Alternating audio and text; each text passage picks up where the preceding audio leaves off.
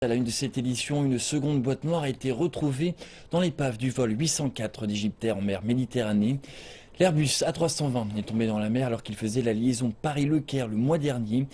Les 66 personnes à bord ont été tuées. Une opération de recherche dure depuis maintenant 3 semaines pour retrouver les corps et examiner les débris.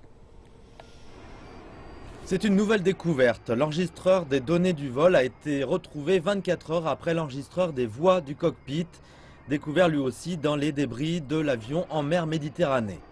Il a fallu près d'un mois pour localiser les deux boîtes noires, et ce, quelques jours avant que les batteries ne soient épuisées, ce qui aurait rendu leur découverte beaucoup plus difficile. L'enregistreur des données du vol a été retrouvé dans la queue de l'avion. L'enregistreur des données du vol est celui qui enregistre les données et les informations concernant le vol, les performances de l'avion et l'état des équipements et des machines juste avant le crash. La première boîte noire découverte jeudi enregistrait les conversations qui ont eu lieu dans le cockpit durant les 30 dernières minutes avant le drame. Les informations contenues dans les deux boîtes seront extraites et examinées au Caire. L'équipe d'enquêteurs français sera secondée par des experts du Bureau américain Transport et Sécurité pour aider à analyser les données.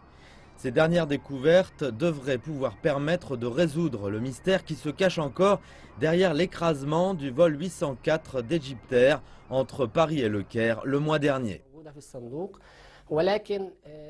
La boîte noire a été endommagée, mais l'unité de mémoire dans la boîte est en bon état et cela nous donne l'espoir que les données pourront être extraites. Si nous ne pouvons pas réparer la boîte en Égypte, il est possible que les boîtes noires soient envoyées pour analyse chez le fabricant qui est basé aux États-Unis. L'épave qui gîte à 3000 mètres de fond, une fois analysée, donnera elle aussi des informations importantes pour tenter de comprendre ce qui s'est passé.